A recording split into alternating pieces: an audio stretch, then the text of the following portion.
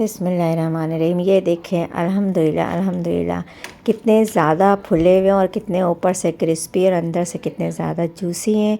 ये है mix vegetable पकोड़े बेसन के। 2 कप से इतने ढेर सारे पकोड़े आप लोग मेरे तरीके से बना सकती हैं अपने लिए और अपने प्यारों के लिए। साथ साथ दुआ मुझे भी याद रखें।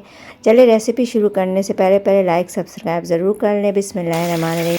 अल्हम्दुलिल्लाह ये देखिए डिफ्रॉस्ट किए हुए ये आलू हैं।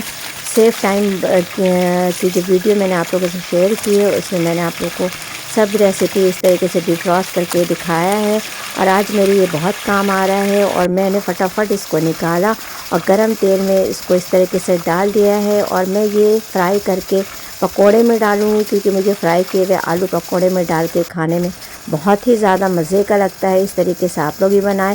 वैसे आप लोगों की मर्ज़ी है, आप लोग चाहे कच्चे आलू भी डाल सकते हैं।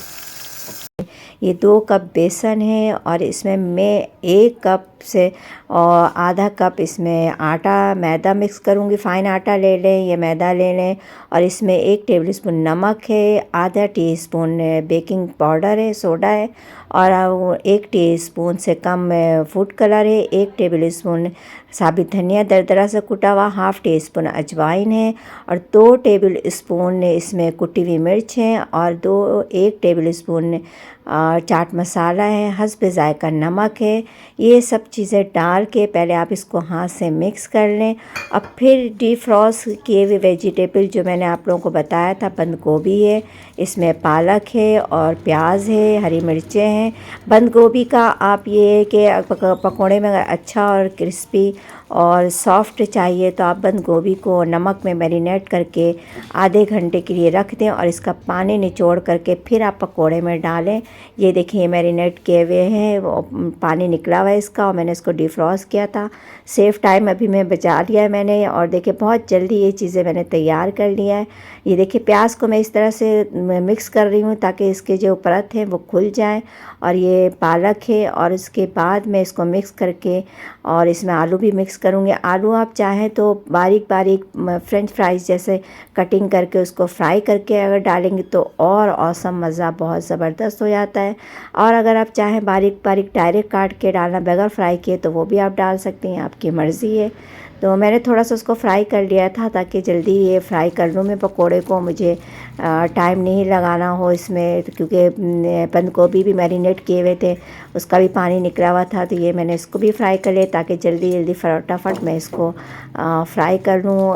क्योंकि आलू डालने के बाद ये होता है कि आप हल्की आंच में आलू को गलने के लिए थोड़ा सा देर तक पकाना फ्राई करना पड़ता है, लेकिन इसे मैंने डायरेक्ट फटाफट हाफ़ कुक मैंने आलू कर लिया था पहले से। और या तो आप बॉयल करके डाल लें या फिर फ्राई करके डाल लें, लेकिन फ्राई करके डालेंगे तो बहुत ज़बरदस्त जायका होता है। बिस्मिल्लाहिर्रहमानिर्रहीम। ये देखिए 2 कप मैदे से मैं इतने ढेर सारे और वो बनाऊंगी पकोड़े।